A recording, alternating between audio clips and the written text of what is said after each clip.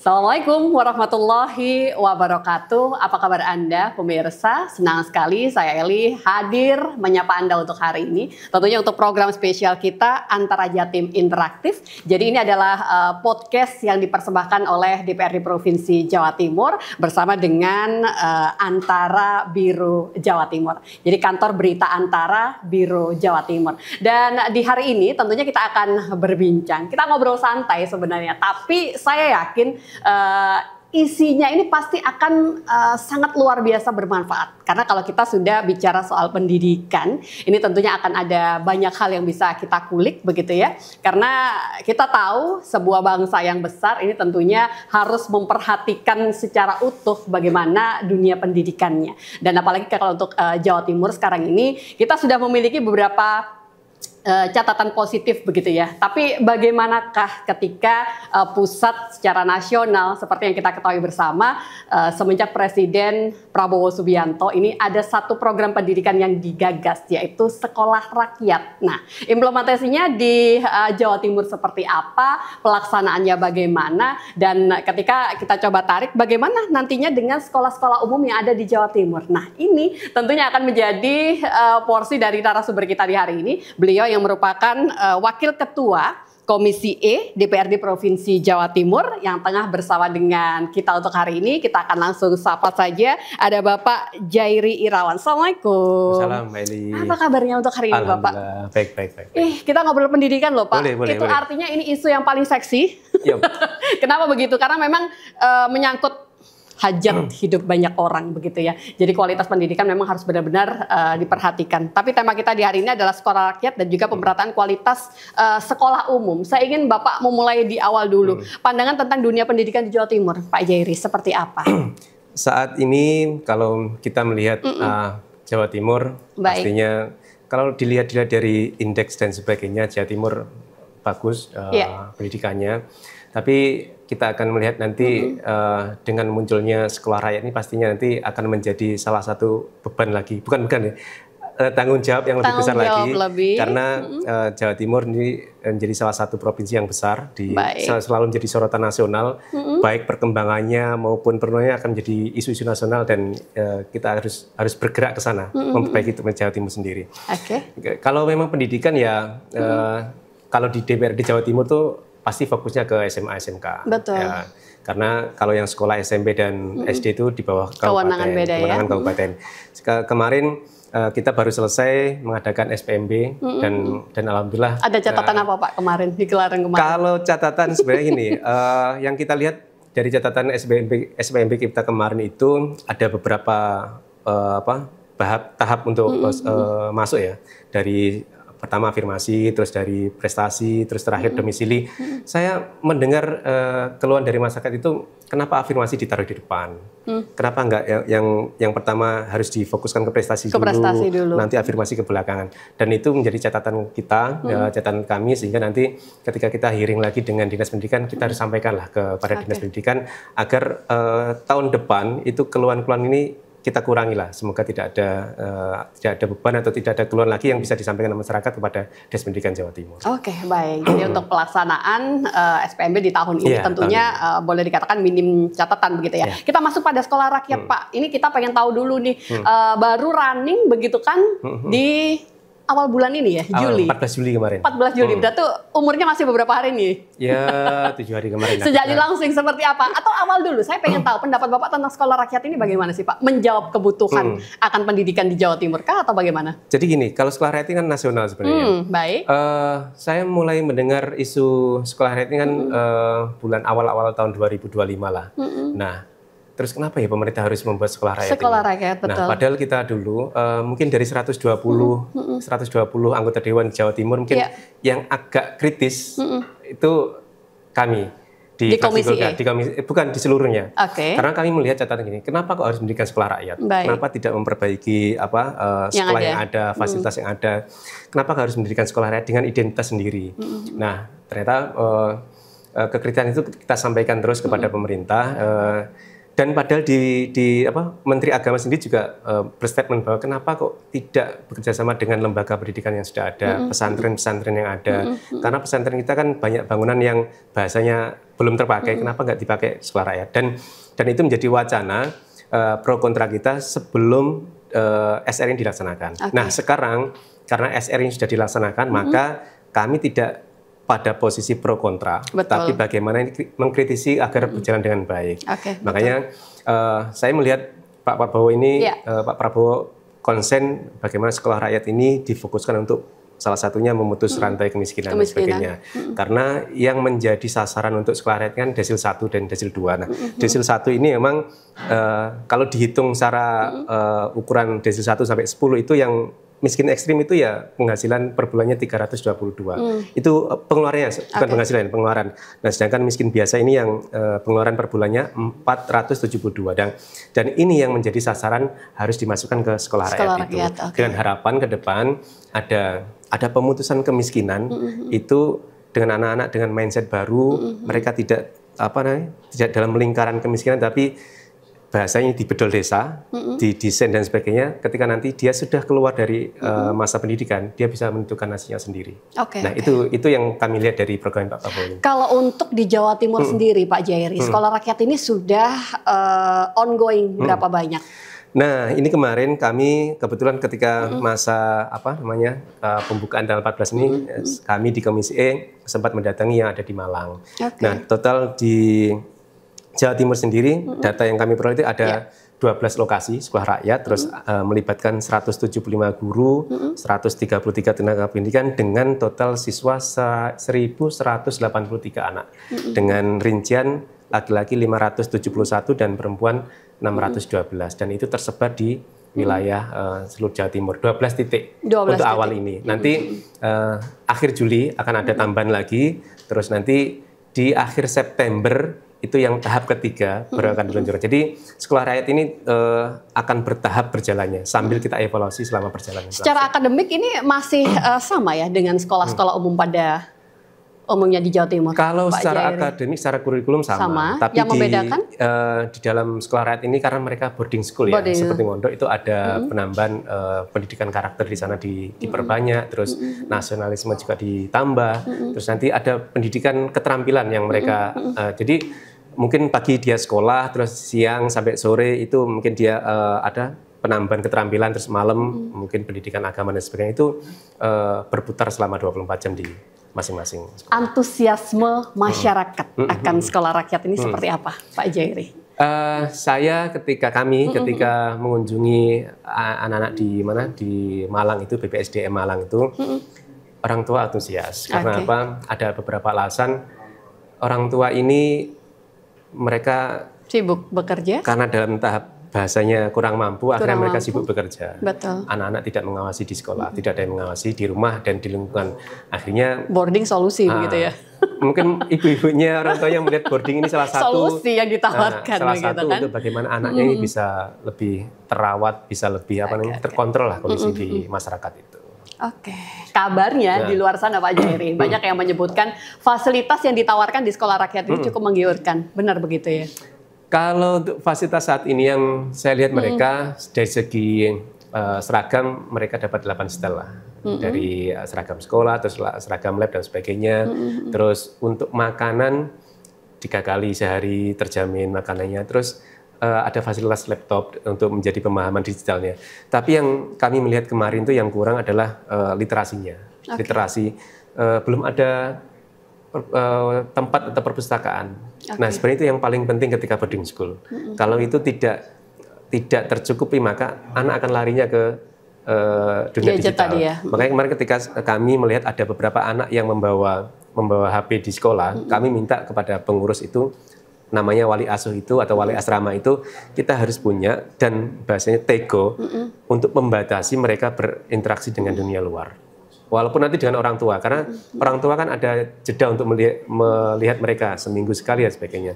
Harus ada ketego-tegoan kita, maka anak-anak yang di sana harus dilarang untuk megang HP. Karena ini caranya untuk membentuk karakter ya lewat sekolah ini. Jangan sampai diberikan keleluasaan sehingga mereka nanti WA dengan temannya di rumah, lo enak nih dan sebagainya, aku negara bebas dan sebagainya, itu yang tidak kita harapkan. Betul. Tapi kalau bicara soal konsep asrama, berarti bentuk komunikasi antara guru atau tadi pendamping begitu ya di asrama wali asuh dengan wali murid, gimana ini Pak? Jadi ini seharusnya kalau konsep boarding school ini kan kita mirip pondok sebenarnya. Di pondok itu, di pondok pesantren itu anak-anak dilarang megang HP, tapi wali santri itu bisa berhubungan dengan pengasuhnya lewat HP, menanyakan anaknya di SR juga demikian begitu ya. Seharusnya saya belum menemukan ini, makanya kami mendorong untuk ada pembatasan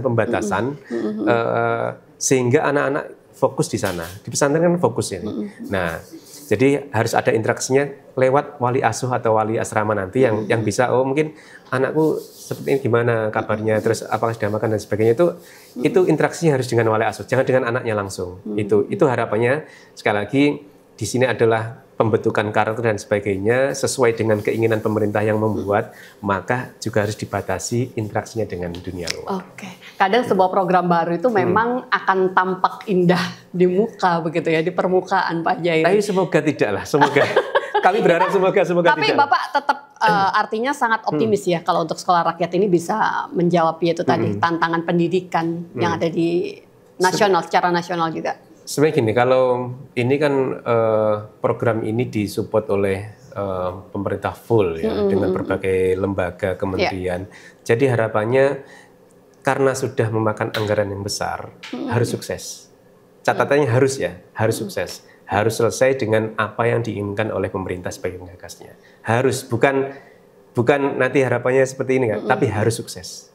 Harus sesuai dengan yang diinginkan oleh pemerintah. Karena sudah diberikan fasilitas yang bagus, diberikan anggaran yang besar, makanya program ini mau nggak mau juga harus sukses seperti yang diharapkan pemerintah. Pak Jairi, kalau dilihat dari waktu mempersiapkannya begitu kan, jeda waktu antara dilantiknya Presiden Prabowo dengan akhirnya berjalannya program di bulan Juli ini kan sangat singkat sekali. Anda melihat ini cukup maksimal persiapannya, Bapak?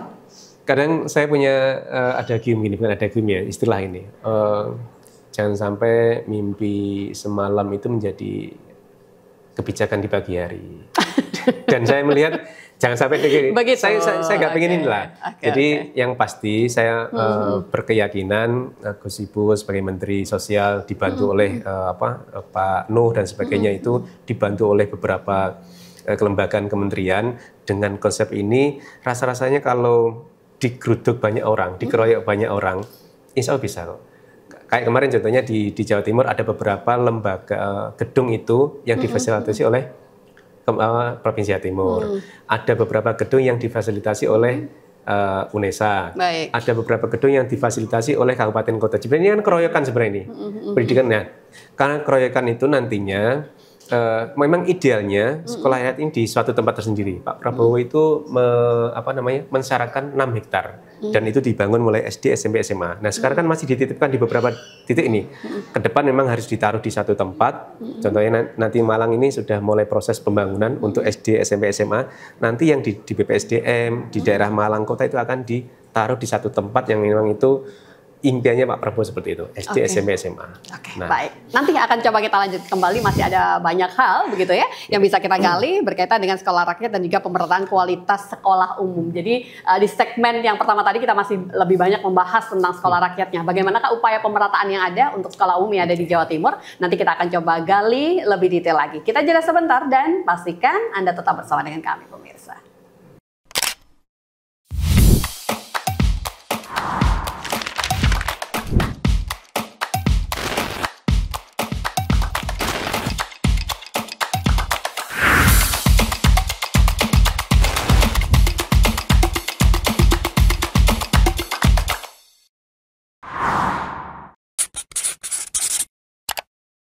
Baik, terima kasih Anda yang masih bersama dengan kami, pemirsa. Tentunya untuk program yang dipersembahkan DPRD Provinsi Jawa Timur, podcast DPRD Jatim bersama dengan kantor Berita Antara Jawa Timur. Dan di hari ini kita masih bersama dengan Wakil Ketua Komisi E DPRD Jawa Timur yang sekaligus dari fraksi Golkar, begitu ya. Dan tadi menyisakan satu poin penting. Kalau Pak Jairi ini sangat optimis begitu kan, ketika melibatkan banyak lintas kementerian, itu akan program yang dikeroyak banyak gitu kan, akan besar, memungkinkan untuk bisa sukses. Tapi pertanyaannya justru kadang kalau lintas Bapak semakin banyak, itu akan menyulitkan koordinasinya. Iya.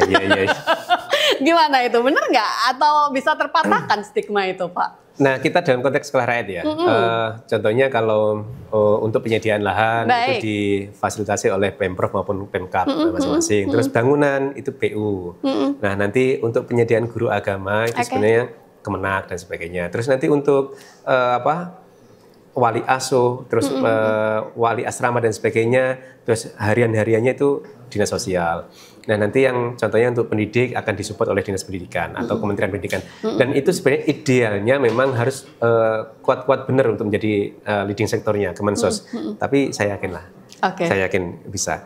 Tapi gini, tetapi jangan sampai kita berfokus pada sekolah rakyat, karena memang kita punya anak didik itu yang banyak di Jawa Timur sendiri ya. Kalau saya lihat data dari Dapodik kita, itu kita punya total data itu, dari portal data pendidikan Jawa Timur per 21 Juli ini kita punya peserta didik 6 juta. Tingkat? 6 juta tingkat SD, SMP, dan SMA. 6.658 sekian. Nah, kalau kita berfokus pada sekolah rakyat, ini kita akan mengabaikan ini. Makanya kami beberapa waktu lalu itu sekolah rakyat boleh. Kita fokus, tapi jangan terlalu fokus ke sekolah rakyat. Kita perlu bergeser kepada yang lain, yang di sana juga membutuhkan sapaan yang sama dengan sekolah rakyat. 6 juta lebih ya Pak ya? 6 juta lebih. 6 juta lebih itu PR terbesarnya apa Pak? Yang menurut catatan Pak Jairi? Saya gini, kalau kami melihat di Komisi E sendiri bahwa untuk sekolah dasar itu mereka sebenarnya agak kalah bersaing dengan swasta. Saya hitung ya. Untuk sekolah dasar dan sederajat itu banyak SD yang ditutup, SD negeri ya ditutup. Mereka masih kalah bersaing dengan swasta. Terus kalau SMP sederajat ini agak berimbang lah untuk SD swasta. Nah, sedangkan untuk SMA ini lebih banyak masyarakat milih ke negeri karena itu gratis dan fasilitas di pemerintah. Tapi kita akan melihat kenapa kok di SD, SMP dan SMA itu ada beberapa kejadian atau beberapa kasus itu memang kita harus cari akarnya bahwa untuk SD sendiri itu kayaknya itu yang swasta itu lebih inovatif. Nah, contohnya di tempat saya di Blitar itu memang ada sekolah swasta yang menambahkan program tahfidz. Di SD negeri belum tentu belum tentu bisa. Makanya nilai plus begitu nilai plus mereka. Maka orang tua akan lebih memilih itu. Sepakat. Terus yang SMA ini kenapa kok banyak sekolah bersekolah karena memang di SMA negeri ya karena memang di negeri itu fasilitasnya lebih, terus mereka dapat sekolah gratis dan sebagainya itu ke sana. Makanya kami berpikir ini, kenapa pemerintah ini jangan difulkan semua ke sekolah rakyat lah. Karena sekolah rakyat ini sudah banyak yang royok dan sebagainya. Tapi kita pikirkan sekolah-sekolah negeri yang memang menjadi kewajiban pemerintah sendiri. Makanya saya lihat dari beberapa alasan kenapa kok sekolah negeri kita kalah itu ya salah satunya alasan bangunan rusak. Nah, terus kedua ada lagi fasilitas terbatas karena tidak memungut biaya. Karena SD negeri kan mereka harus bahasanya kalau membuat bangunan baru dan sebagainya harus kirim proposal dan lama. Salah satu juga yang tiga kalah bersaing dengan swasta. Terus yang empat contohnya di Pacitan ini, Pacitan krisis guru. Makanya SDM di Pacitan sendiri itu ada 16 sekolah SD yang di merger menjadi 8 sekolah. Nah, terus lagi ada contoh di Madiun itu ada berbatasan dengan Kota Madiun. Jadi anak-anak ini lebih milih di Kota Madiun. Akhirnya yang di perbatasan kabupaten kota ini mereka kekurangan murid dan akhirnya terus yang terakhir ada beberapa alasan yang ini sebenarnya ini kasuistik lah. Jadi hanya ada kenapa kok desa SD itu ditutup karena memang sedikit keluarga yang di sana. Jadi satu desa itu jumlah penduduknya atau jumlah keluarganya hanya 100-an orang lah. Jadi untuk memenuhi kuota SD ini sebenarnya itu kurang lah secara itu. Oke. Pak Jairi, kalau saya mendengar pemaparan Bapak ini artinya kan tetap butuh lintas koordinasi ya, begitu. Tidak hanya pemerintah Provinsi Jawa Timur, tapi juga dengan pemerintah kabupaten kota yang ada di bawahnya, begitu. Apalagi yang data disampaikan ada tingkat SD, begitu kan. SD. Termasuk juga untuk sekolah rakyat ini. Seperti apa sih Pak lintas koordinasi dengan kabupaten kota yang ada di Jawa Timur? Pak Jairi melihatnya bagaimana? Sebenarnya gini, karena kita fokusnya yang di Jawa Timur menjadi bawahnya adalah SMK dan SMA, sebenarnya itu langsung koordinasi dengan Mensos sebenarnya, dengan Kementerian Sosial. Kita juga tidak bisa meminta atau mempush kabupaten kota untuk seperti ini, nggak bisa, karena itu kan koordinasi langsung dengan kementerian. Tapi kita di provinsi itu berharap kita sering dukungin, kalau memang ada tempatmu yang nggak dipakai, bisa nggak dimasukkan ini untuk sekolah rakyat. Dan ternyata dalam beberapa waktu persiapan ini Jawa Timur berhasil untuk mengkoordinir beberapa kabupaten kota dan menjadi salah satu provinsi yang terbanyak loh pembukaan sekolah rakyat ini, 12 tempat ini. Di Jawa Tengah itu entah 8 atau 9 ya, pokoknya Jawa Timur yang paling banyak lah dalam proses pendidikan. Dan itu menjadi bukti bahwa koordinasi antara provinsi dan kabupaten itu bagus untuk persiapan sekolah rakyat ini. Adakah output yang berbeda yang diharapkan Pak Jairi untuk sekolah rakyat ini ketika dibandingkan dengan sekolah umumnya? Kalau sekolah rakyat ini sekali lagi kita akan berfokus pada pengentasan kemiskinan mereka lah. Tapi kita pengen sebenarnya ini menjadi pelecut juga, kalau memang sekolah rakyat ini bisa dan mampu dikoordinir, kenapa nggak sekolah yang lain? Nah, saya ada beberapa usulan juga nanti menjadi rekomendasi kita, seumpama kenapa kok SD negeri ini kalah dengan swasta? Berarti pemerintah juga pertama memang harus menghitung ulang kebutuhan sekolah dasar kita. Kalau memang satu desa ini dengan penduduk yang banyak, kita perlu berapa sekolah? Jangan jumlahnya terlalu banyak begitu jangan artinya? Terlalu banyak. Oke, baik. Terus dan sebagainya. Contohnya kalau memang kita sudah tahu petanya, berarti kita harus ada moratorium sendiri. Jangan sampai mendirikan sekolah lagi, sambil ke depan kita siapkan SDM-nya di sana. Terus yang ketiga, menyiapkan guru dan pendidik yang berkapasitas bagus dan baik. Terus yang terakhir memang karena kurikulum kita ini adalah saat ini dengan disruption yang besar, dengan anak-anak sebenarnya kan bisa melihat, mencari apapun itu di Google. Sebenarnya. Betul. Nah, bagaimana guru yang ini bisa ikuti zaman? Jangan sampai kita guru yang mengajar anak saat ini disamakan tahun 90-an. Nah, makanya kondisinya sudah berbeda. Kondisinya sudah berbeda. Dulu tidak ada buku, guru menerangkan, bicara dan sebagainya, anak-anak menyimak, mencatat. Sekarang semua ada di HP. Jadi guru tidak hanya mengajarkan, menerangkan, tapi bagaimana mengolah informasi yang ada ini menjadi nilai plus untuk anak-anak. Sebenarnya kalau ditanya tentang kualitas SDM kita, Bapak, itu berkaitan dengan tenaga pendidik artinya ya. Di Jawa Timur sendiri seperti apa sih, Pak? Kita masih jauhkah atau kita sebenarnya sudah boleh berbangga, Pak Jairi? Kalau kita melihat gini, kita akan melihat persiapan guru saja lah. Jadi rekrutmen maksudnya? Nanti ini. Kita masih dalam persoalan pemenuhan guru. Jumlah berarti? Jumlah. Okay. Contohnya gini, ada guru fisika atau guru matematika lah saat ini. Besok ini pensiun lah. Tapi kan tidak serta-merta besoknya dapat pengganti. Okay. Kalau kita ngikuti ASN yang ada ya. Makanya ada beberapa sekolah ini yang mencoba untuk menutupi kekurangan guru ini dengan memberdayakan yang pensiun ini atau menarik guru baru. Nah, menarik guru baru ini kan akan menjadi persoalan lagi nanti.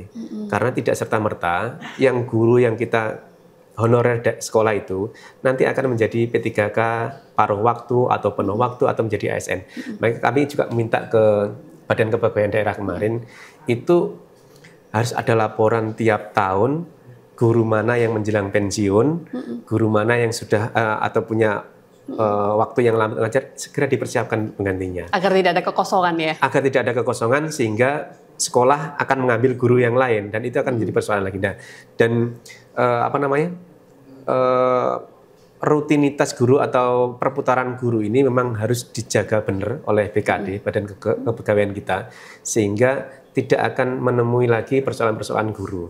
Terus yang selanjutnya memang guru memang harus di-upgrade terus-menerus saat ini. Kesediaan untuk bisa meng-upgrade skill dan sebagainya tenaga pendidik kita sudah cukup baik kah? Sudah cukup terfasilitasi juga kah sebenarnya, Kalau Pak Jairi? saya melihat dan sering diskusi dengan teman-teman dinas pendidikan, mereka rutin mengadakan pelatihan untuk guru-guru SMA. Tapi kan kita akan lihat kabupaten kota seperti apa nah, itu yang menjadi. Benar. Kadang kita itu bicara Jawa Timur yang ada dalam bayangan kita itu Surabaya, Gresik, Sidoarjo, begitu ya. Yang notabene adalah kota-kota besar, begitu kan dengan beragam fasilitas yang ada. Tapi apa kabar untuk daerah-daerah terpencil yang masih akses saja sulit, begitu kan? Nah, bicara soal pemerataan kualitas itu sendiri, Bapak, upaya untuk bisa melakukan pemerataan seperti apa kalau untuk Jawa Timur? Sebenarnya kalau di kami kan memang kalau diserai untuk sekolah menengah atas, sebenarnya kita mendorong dan kita sering komunikasi dengan dinas pendidikan itu. Kita lihat berapa kali ada pelatihan dalam setahun untuk guru-guru kita, berapa kali pelatihan untuk tenaga pendidikan kita. Kan tenaga pendidikan kan berurusan dengan laporan-laporan administrasi dan sebagainya. Kita tanya berapa kali ada pelatihan itu, dan ada beberapa memang Pancapdin memang kantor cabang dinas itu yang setahun ada beberapa kali, ada 3 kali, ada 4 kali, dan itu menjadi rutinitas. Dan ya kalau kita melihat SMP, SD dan sebagainya, sebenarnya kita itu kenapa bisa nggak diplotkan di kabupaten? Karena guru ini kalau tidak ada upgrade juga kasihan gurunya juga. Betul. Apalagi saat ini anak-anak kan pintar semua. Betul. Nah, itulah makanya harus berbarengan, harus sejajar juga, harus semangatnya harus sama antara kabupaten, kota, dan provinsi. Kalau ini bisa berjalan linear dan sesuai dengan yang diinginkan, maka ketika anak melanjutkan ke kuliah pun itu melanjutkan kuliah yang sesuai dengan keinginannya, sesuai dengan minatnya. Saya ngobrol dengan narasumber hari ini tuh agak berbeda. Beliau memang berada di legislatif begitu ya. Jadi kebetulan di Komisi E yang tentunya juga menjadi bagian kalau bicara soal pendidikan. Tapi beliau ini kalau disuruh bercerita bagaimana kondisi pendidikan di Jawa Timur, wah kayaknya memang harus sungkem saya. Ampun. Sudah sering ya Pak ya. Artinya memang melihat, memotret secara langsung begitu ya Pak Jairi ya. Ya, tahun 2011 saya guru di Kalimantan, terus tahun 2012 saya pernah menjadi konsultan pendidikan untuk melatih guru SD se-Surabaya. Jadi insya Allah sedikit-sedikit. Semoga itu bekal untuk bisa menjawab begitu ya, begitu. Sekarang di DPRD Jawa Timur akan semakin banyak begitu kan kontribusi yang bisa diberikan. Kita harus jeda kembali dan pastikan Anda tetap bersama dengan kami.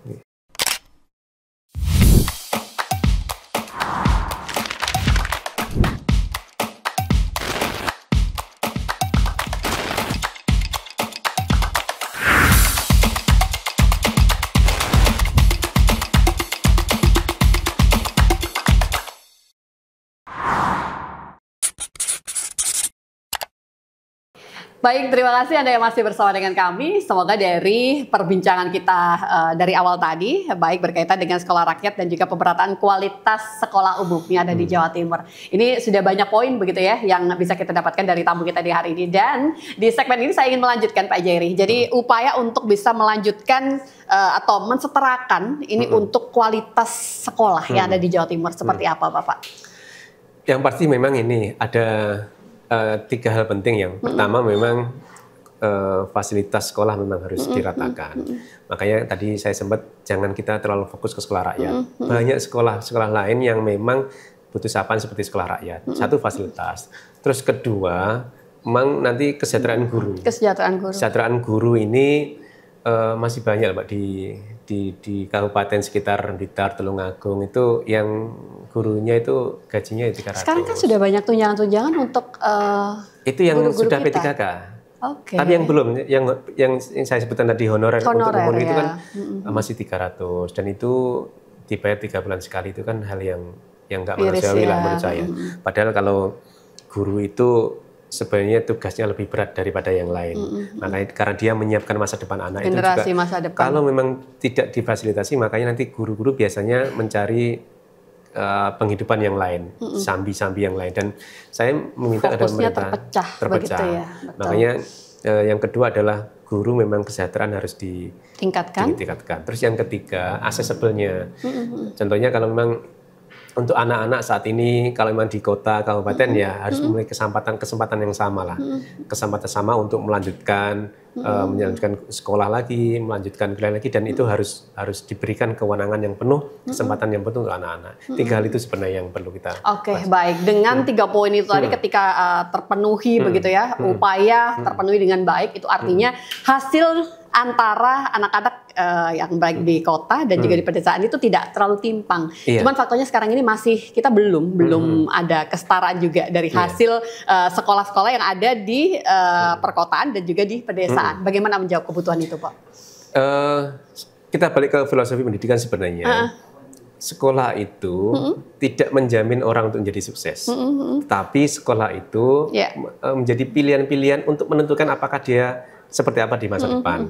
Contoh, kami waktu di Indonesia Mengajar itu fokus kita adalah bagaimana memberikan cerita-cerita, inspirasi-inspirasi kepada anak-anak agar mereka nanti setelah kita tinggal yang hidup bukan kepintaran mereka, tapi bagaimana inspirasinya mereka untuk saya pengen seperti Pak Guru dan sebagainya. Makanya di sekolah itu juga perlu guru menjadi role model lah. Role modelnya. Kalau semua guru memintarkan tujuannya hanya untuk memintarkan anak, maka setelah ditinggal guru ini ya mereka tidak ada nilai lagi. Jadi ketika mereka bercerita tentang masa depan, terus memberikan inspirasi, menjadi role modelnya, anak-anak itu akan menjadi tangga ketika mereka mau meluncur SMP, berarti dia sudah punya tujuan. Saya pengen mirip seperti ini loh.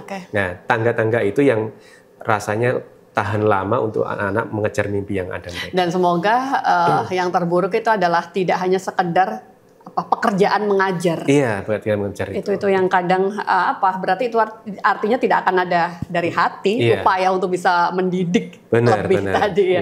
Bapak, ini kembali kalau itu tadi kan lebih pada indikator keberhasilan termasuk juga kualitas hasil belajar begitu kan. Yang beredar di tengah-tengah masyarakat sekarang itu justru image-nya begini. Sekarang itu cari nilai gampang begitu kan. Nilai-nilai dari anak-anak kita itu bagus-bagus loh. Apakah sebenarnya itu bisa menjadi tolak ukur juga keberhasilan sebuah pendidikan? Kalau secara angka-angka itu yang menjadi ukuran sukses ya angka-angka itu. Berarti kalau nilainya bagus-bagus untuk sekarang ini melambung semua? Itu kalau sukses untuk ukuran nilai ya, ukuran angka sukses ya. Tapi kalau ukuran moral dan sebagainya kita tidak menjudgment itu sukses atau enggak, atau itu buruk atau enggak. Kita harus memilah. Kalau nilainya melambung tinggi, maka harus diikuti oleh yang lain. Moralnya juga bagus, terus attitude-nya juga bagus, terus mimpi-mimpinya dia juga mengarahin. Bukan hanya sekolah sekedar angka-angka. Ini ya kemarin juga waktu saya ngobrol dengan orang-orang tua ya, itu menjadi hal, dan ngobrol juga dengan guru. Mereka terbebani harus seperti KKM minimal, nilai minimal seperti ini, makanya nilainya harus di-upgrade ini. Dan itu kalau ada sekolah yang memberikan nilai di bawah itu akan memiliki efek pada sekolah itu. Maka sekolah itu dilihat mungkin sekolah itu nggak bagus dan sebagainya. Makanya saya juga minta hasil diskusi dengan para guru dan dinas pendidikan, jangan sampailah kita harus berpaku pada nilai. TKA itu menjawab kebutuhan itu nggak sih Pak? Sedikit sebelum kita ke closing. TKA ini, tes kompetensi akademik ini mungkin ini berawal dari keresahan para pendidik kita ya. Keresahan dari pengambil kebijakan kita. Kalau dulu kalau orang tua kan mesti cerita dulu ya. Kita sama-sama tua mungkin. Saya tua. Kalau saya tua bercerita masa dulu. Dulu itu nilai di sekolah itu tidak terlalu dipentingkan. Dapat nilai 6, 7 itu biasa. Bahkan 8 itu hal yang istimewa. Sekarang nggak ada. Nah, akhirnya apa? Kita mati-matian di ujian nasional. Nah, itu menjadi kita harus dapat nilai bagus lah di UAN ini.